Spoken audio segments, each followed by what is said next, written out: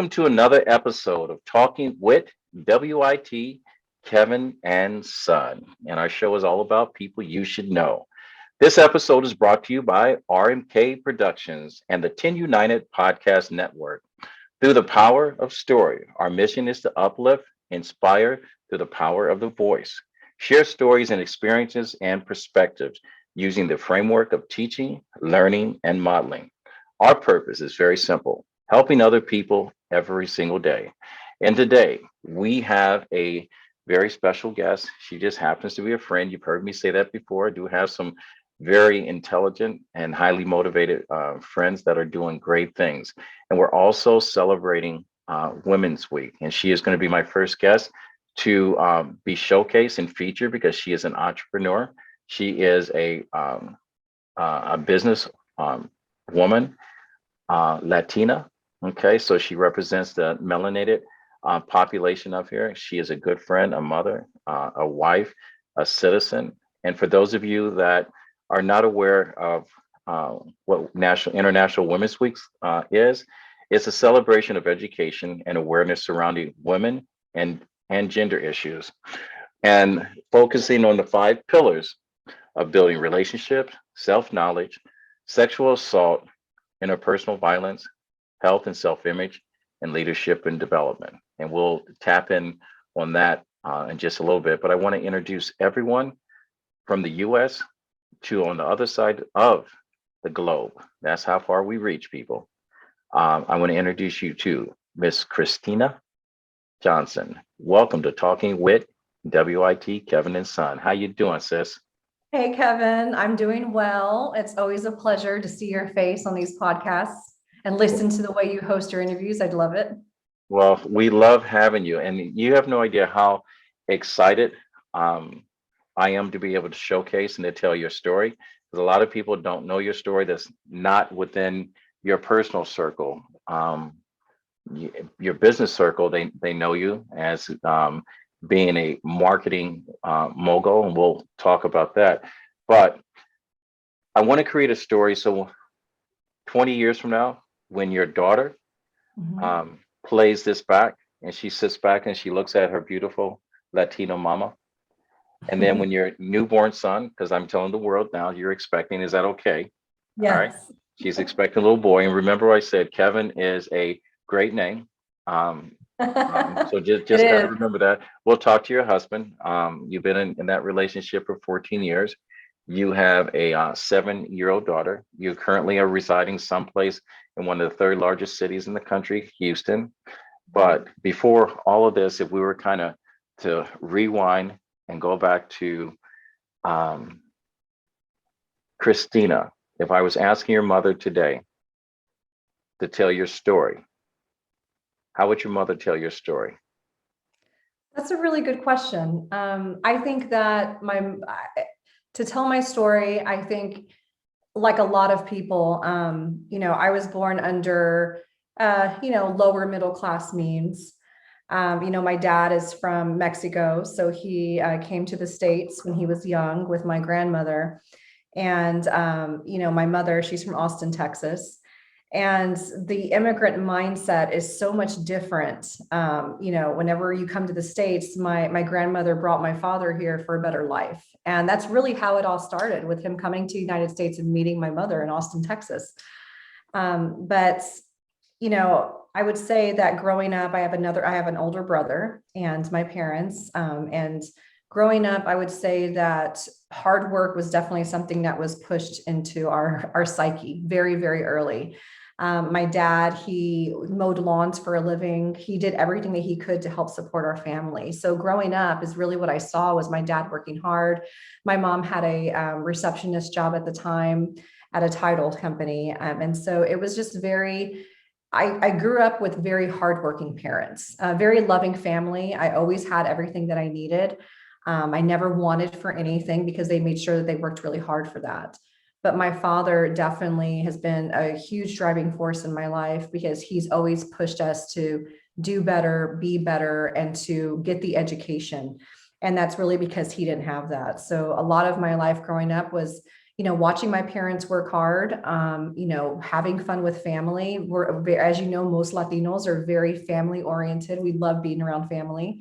And I had a really good childhood growing up. I mean, to be honest, but those hardworking things really set early for me. The mindset was very early to really drive to do more. And as growing up, my mother, got higher in her career. My father started in the automotive industry and started making money for our family and put us all through college through hard work. And it wasn't easy, but me and my brother both have an education that I would definitely say is really mainly because of my dad, because he pushed us. All right. So I'm just curious because, you know, growing up special, I won't say different.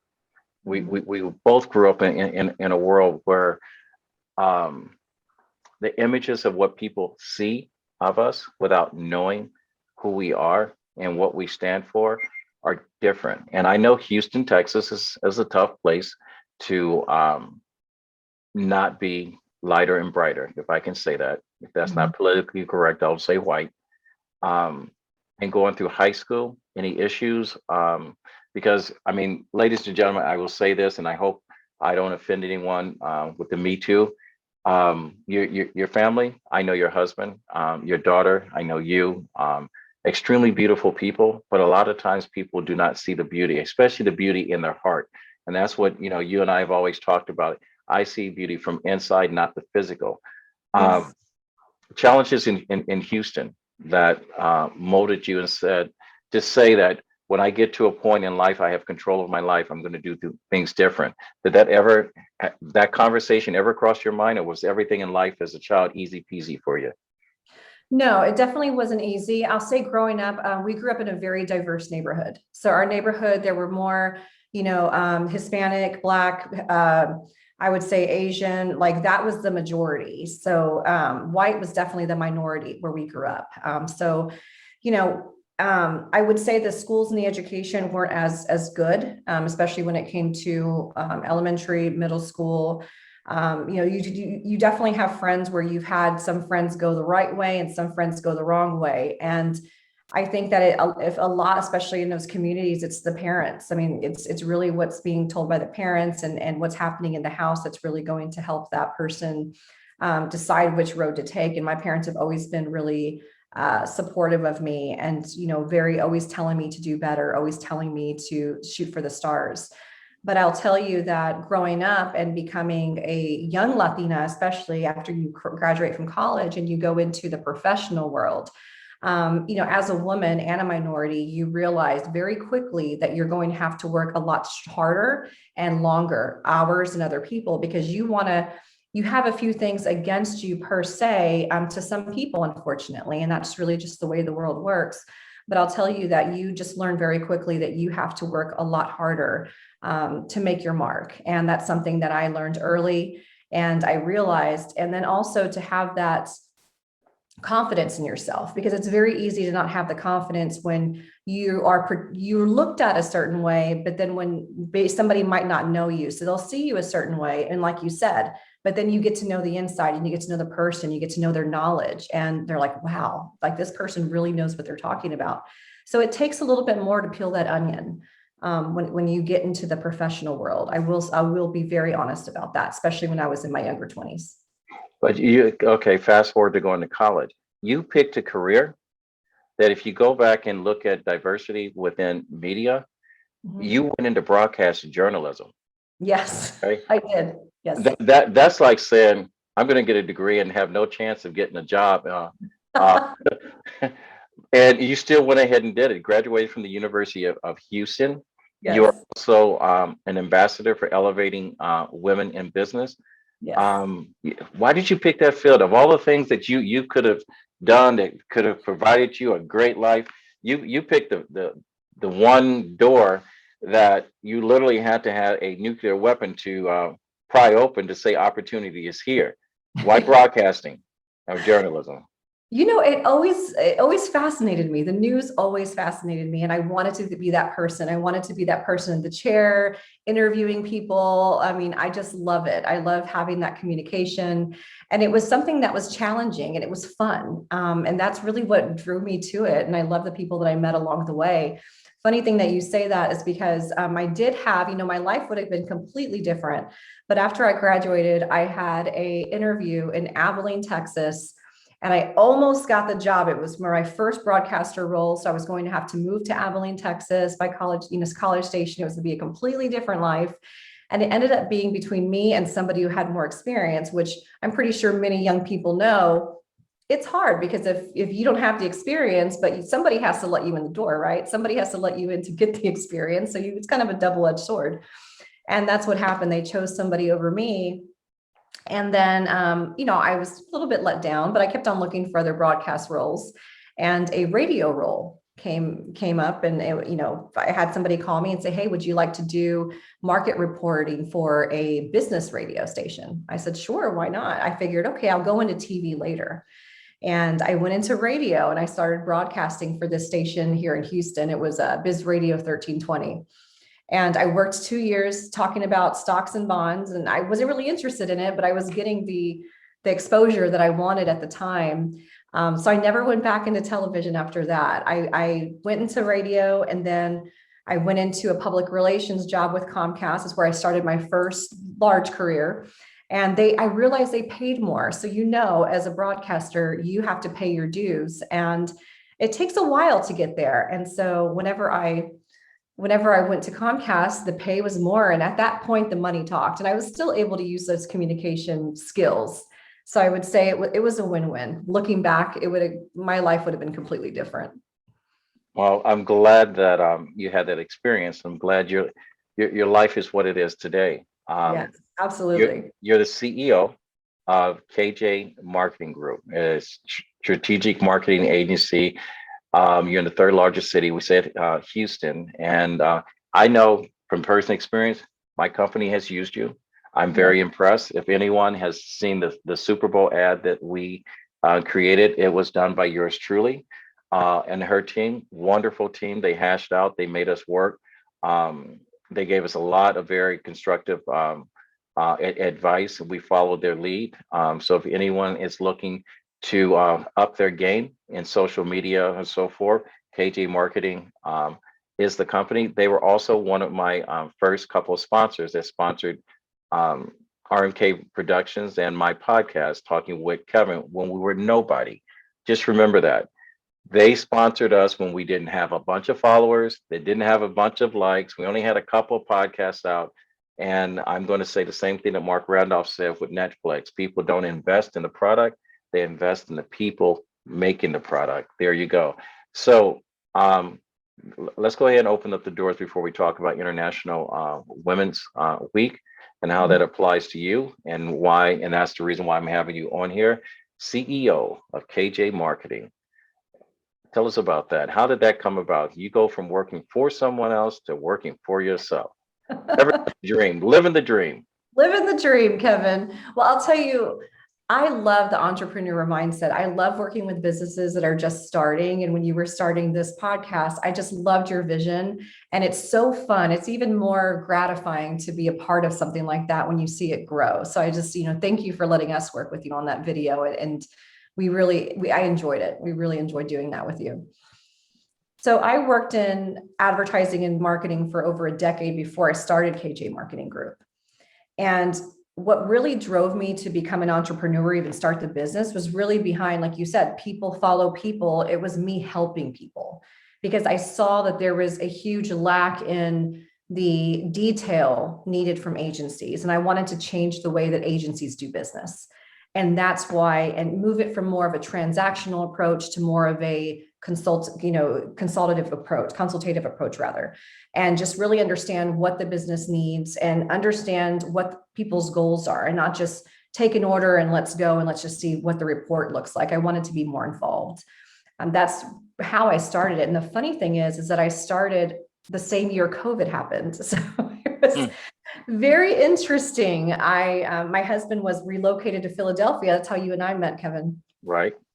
And I started the company because I had a decision to make. I was working with Comcast at the time as a sales manager, and I had a decision. Either I try to apply and go to Comcast in Philly, because that's really where the corporate office is, or I would start my own company. And the way that I did that is I sat 3 clients down.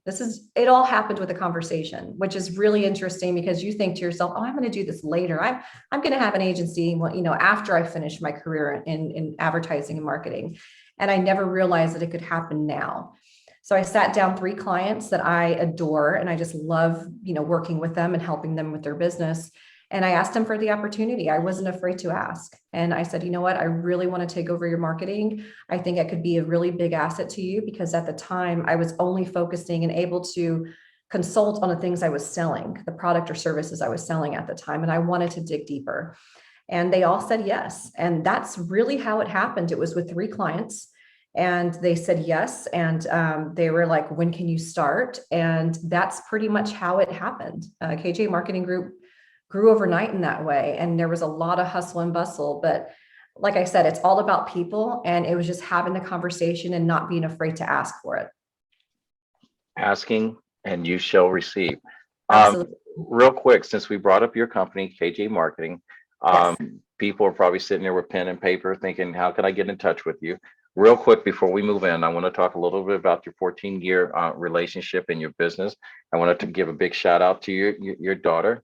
We'll talk about the baby coming up, and then we want to go ahead and honor your position as part of not only being a Latina, but Women's International Week and what that is, and we'll go from there. So if you could really tell us, how do people get in touch with you? You can look at the website and get an idea for who we are and what we do. My website is www.kjmarketinggroup.com. And you can also check our Instagram handle. It's at KJ Marketing Group, Facebook as well, and also on LinkedIn. If you want to shoot us an email, you can email us at info@kjmarketinggroup.com, or you can call us at 805-264-1465. So there's all the ways that you can get a hold of us, but all that information is on the website if you don't have time to write it down. And I will tell you, people, because she is extremely busy, if you're not about business, don't call that number. All right, because she is all about business. I will tell you, don't waste her time, because she's a personal friend, and I'm very direct. I'm going, don't waste her time. She is all about business. Now, 14 years, you've been in a marriage. You have a 7-year-old daughter. You just relocated from Philadelphia back to Houston because of your husband's job, and you are taking on an additional role. The dynamics of women in business and happy life, home life, because a lot of women are saying, what if, I want to, I wish I could, but I want you to paint a picture for that woman that has a great idea. She's ambitious. She's got some world experience. She still has a young child at home. She's got a husband that got hired for a 40-hour work week, but he's working 62 hours for the same 40 hours. How does that conversation and how does the dynamics at home work out with you being so successful and still being a wife and a mother? How does that work out? An expecting mother. Yes. Oh, yeah. That even puts a little bit more to the story, right? Yeah. No, I'll tell you, I don't have the answer. I wish I had the answer, because everybody's situation is completely different. But I do have advice. For me, I have a very great husband. He has always been very supportive of what I do, and we support each other. I've actually moved out of the state for him twice to support his dreams. And of course, he has supported my dreams in plenty of ways as well. So when I wanted to do this, he really pushed me because it was outside of my comfort zone. And so for personally, just to have that cheerleader there to push me and to be my rock for me was something that was very helpful in starting this business. But as a mother, it's definitely something that you have to practice. You have to be mindful of it every day. And it's not always going to be the same every day. I truly believe that my family has so much that I need to give. I need to give to them, and that they deserve my attention just as much as my company does. So trying to balance that is very, very difficult. What I like to do is wake up early as I can in the morning with my first cup of coffee and get as much done as I can before my daughter wakes up. That gives me some alone time and my time to just start the day. That's really kind of how I personally get ahead of the day. And being an entrepreneur, you're going to have a lot of freedom to start the day whenever you want, but you will realize really quickly if you started earlier, that's going to help you in balancing your work life because you'll get things done sooner. And then sometimes at night, sometimes when my daughter goes to sleep, if I have to catch up on something, I'll do that at night. But I always take that, that I would say, I wouldn't even say 5:30, to be honest. Sometimes about 5:30 to 9 o'clock to have for my family, for dinner, really having that time to just decompress and relax with my family. And then the weekends as well. As an entrepreneur, you'll learn very fast that you will be working all the time, especially on the weekends, but you have to be able to carve that time out, or quite frankly, you'll get burnt out. And that's something that's going to really, and that can happen very fast when you have your own business. So giving yourself time to just decompress with your family will make you even a stronger business owner the next day and ready for the next day instead of burnout. So I'm still practicing it, Kevin, to be honest with you. It's an everyday thing, but I'm very mindful of that. And there's some days my daughter will come in my office and she'll say, "Mommy, are you done working?" And then the light bulb and the sirens go off in my head, and I say, "Okay, it's time to put things down." So I would just tell women, try to manage your day, try to always have that downtime with your family, no matter how that works for you. Some people, it might be in the morning. Some people, they might have that time during the day or at night, but whatever works for you, just keep staying mindful of that every day. And I'm going to say this, especially to my listeners and female listeners that are on the fence.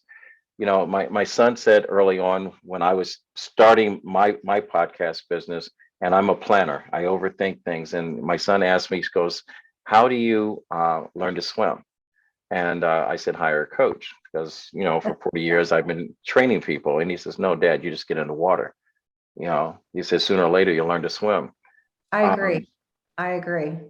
the other thing I always say that you're only as strong as your last no. And one of the things that I know about you and your family, and I want people to understand the dynamics.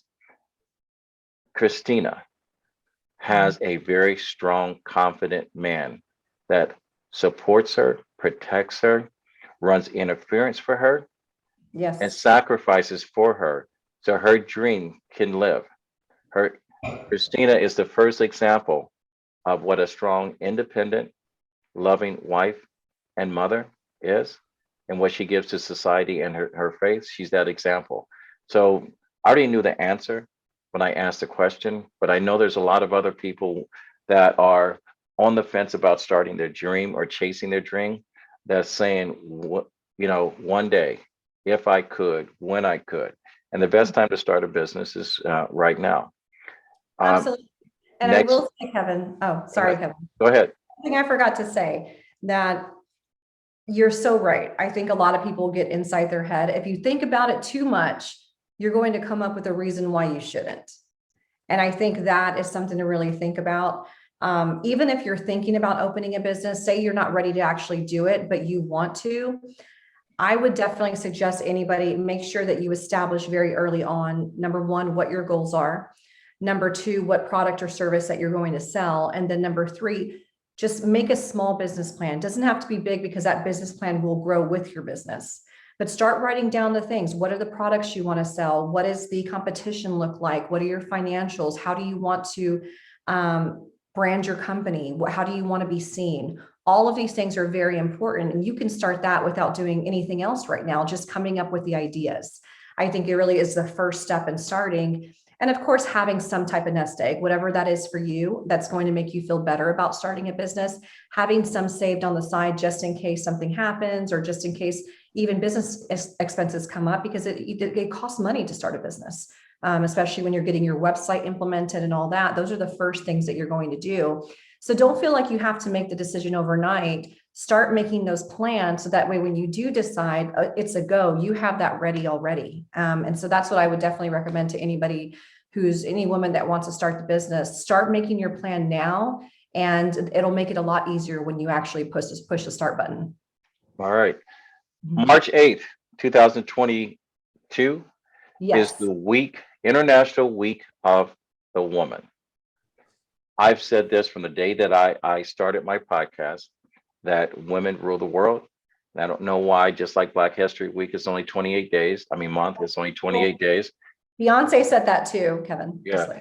It should be the international world of women, and the 5 pillars of building relationships between women and women internationally. It should be the world international relationship of self-knowledge of women, and burning the bridge of body shaming and shaming based on your size, your color of your skin, the lack of whatever language you speak in whatever country you represent. It should be the world acknowledgement of sexual assault and interpersonal violence. That should be closed. I'm doing a whole series on sex trafficking and whatever. No man should ever put his hand on a female, and we need to cut down the violence against women in trafficking. And the thing about health and self-image. And then a thing that I would like to add to you, you probably haven't even thought about it, you should be a paid speaker, because I've had conversation with you on so many different levels. You have so much knowledge and information. You should be standing in front of hundreds of women, living the dream and sharing your dream with you. But you started a PR company along with KJ Marketing. And I want to know the difference between, I don't know how you separate this and how your interpretation of the International Week of Women, I say world, life. I can say a lot of the other things. Well, I love women. I will tell you, I love brilliant, smart women.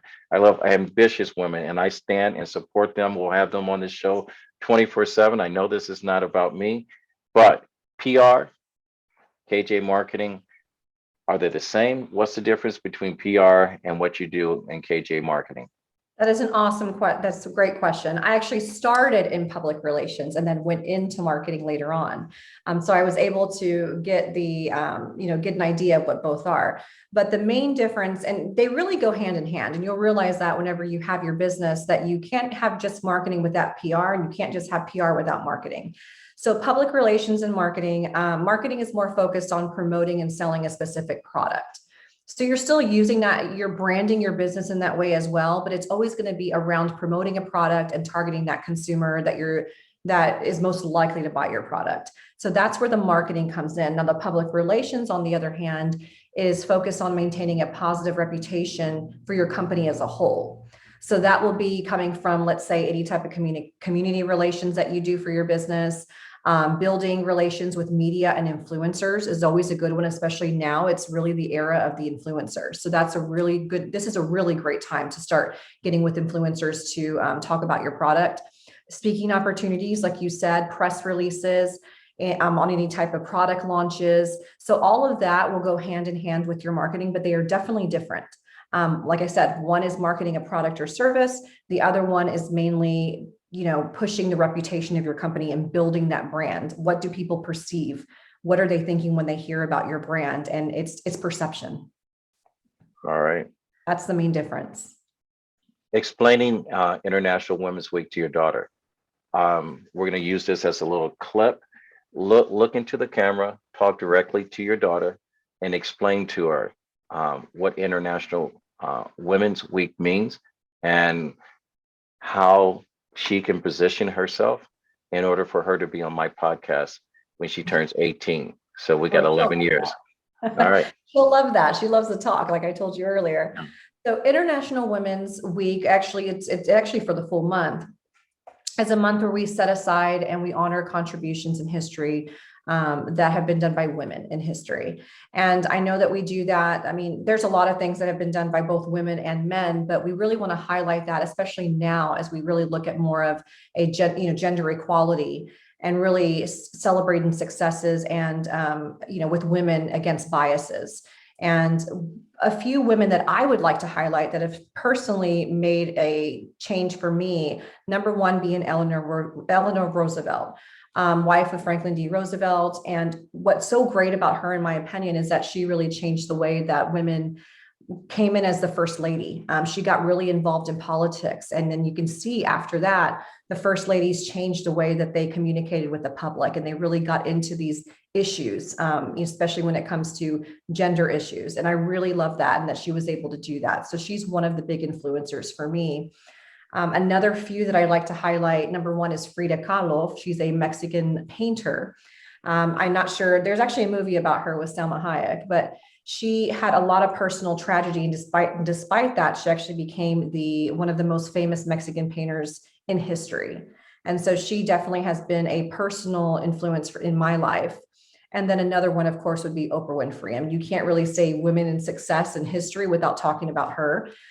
She started in a low-rated radio program, and right now she owns her own network, which we all know about. So these are women that, I mean, there's millions more, but these are just some of them that we can highlight and really pay homage to as us women start our own businesses and start our, our drive and our, whatever our goals are. I think it's important to know that other women have done it. We have 12.3 million women business owners in the nation right now. And so that's really showing you that there are women doing it. And this should be a good influence on us to follow our dreams. And what about a woman right now? What best advice would you give her for opening up her own business right now? I would say go into it with passion and make sure that you're committed to it. I think those are the few things I can definitely say. And I know it sounds so cliche to say passion, but I'll tell you, it's not always easy, especially in the beginning. You have to really love what you do and wake up loving what you do for you to be able to go through those up and downs. So as long as you love it and you have a passion for it, it's going to make it a lot easier to navigate those. So I would say definitely have that, and also be committed. Stay committed and don't give up, because the only person that loses is the person that gives up. So I would say, even if it's not moving as fast as you would like it, just keep on doing it. Wake up every day with that excitement, and wake up every day, being productive to grow your business. And like I said, it might not happen overnight, but then again, that's why you hire people like us to help you. All right. And I'm a firm believer that no one can do this one thing called life or business. Yeah, absolutely. You need to collaborate. The Bible says, and I'm strong with my faith, you ask and you should receive. I ask this of every last one of my guests. And the reason why I ask this is because people that follow RMK Production or watch or listen to Talking Wit, WIT, Kevin and Son, I believe they have a higher call to action. My followers or listeners don't walk by an accident or drive by, they stop to help. I've had 3 people that I've asked this question since August 2021 that their dream has come true. So I'm going to ask you, ASK, if you had one ask and you knew that someone out there could help bring that dream come true. And I'm going to say to you, ask big. I've had one person say, I want to have a seat by Oprah Winfrey, and she happened to be 20 years old. And I said, let me explain this to you. If I took a chair and put you behind Oprah Winfrey while she sat on a panel with some of the most important people throughout the world, I have just granted you your wish. You got a seat behind Oprah Winfrey. So I'm going to ask you in great detail to think about it, inhale, exhale a couple of times, and ask big, because I know someone is going to help you make this dream come true. At the end of the day, I want to help people, and I want to show that the relationship with an agency can be so much more. And what I would ask is that if you own a business and if you are looking to market, or even if you've worked with a past agency, some people are like, oh no, I've worked with an agency before. I don't like, they've had a bad experience. It really puts a sour taste in their mouth. I would say, give us the opportunity to learn about your business, to learn about you, and let us help you build a plan that's going to work for your business. And I think that's really the big ask, is just give us that opportunity to meet you and to learn about you and to help you better yourself and your company. We take a lot of pride in that, and we are very motivated in helping people. And that's really what it's about. All the relationships that we've had, we just hit our 2 years for KJ Marketing Group this month. And so the year 3 is about growth for KJ Marketing Group. And that's what we want to do. We want to grow, but we want to grow with really good clients. So I would say if you are interested, visit our website, www.kjmarketinggroup.com, and give us the opportunity to know you and to learn about you and your business. And we can just go from there. And I didn't even have to go ahead and ask you, how do people reach you again? And that's info at KJ Marketing Group. Is it .com? .com, yes. .com. That's right. Do you want to leave our listeners and viewers with anything?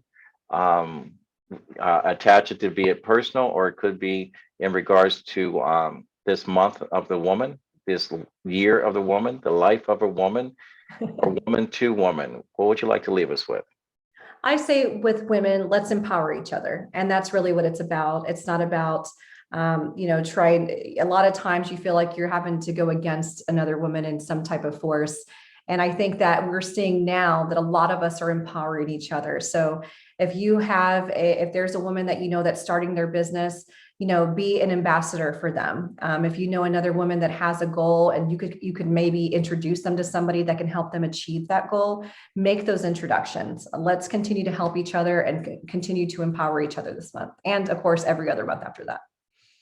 And with that said, we've covered a lot of information. We've got to know Kristina on a personal and at a professional level. She has dropped some knowledge on us, and hopefully that you've been a sponge and you've absorbed and you've digested this knowledge. And hopefully some parts of this conversation and this interview have enlightened you and touched you in a way that you're changing the way that not only do you look at the world, as how you interact with people. If you like what you've heard and listened to, please subscribe and follow us on our YouTube page at RMK Productions and Network.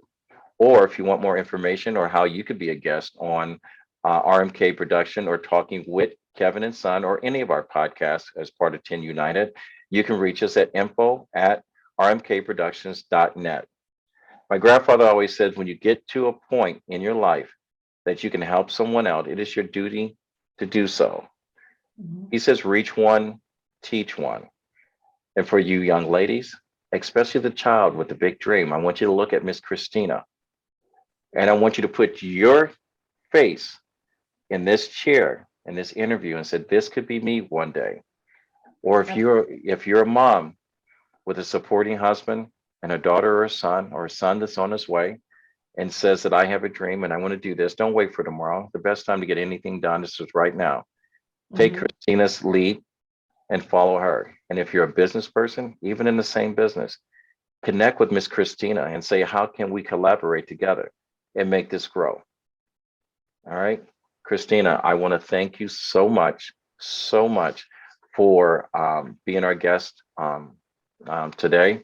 Thank you, Kevin. Women's Week, Women's Year. This is the world of women. And I thank the men that support you, that protect you, that encourage you, and to push you out center stage and let you do your thing. All right. I love it. I love it. It was a pleasure talking with you, Kevin, always. It's a pleasure. And remember, you got a son coming into this world. We got to get the world ready for him. Kevin is a good name. Adapt this hashtag, find 1,000 reasons to be kind to someone. And remember this, reach one, teach one. And we're going to fade to black, and we're out.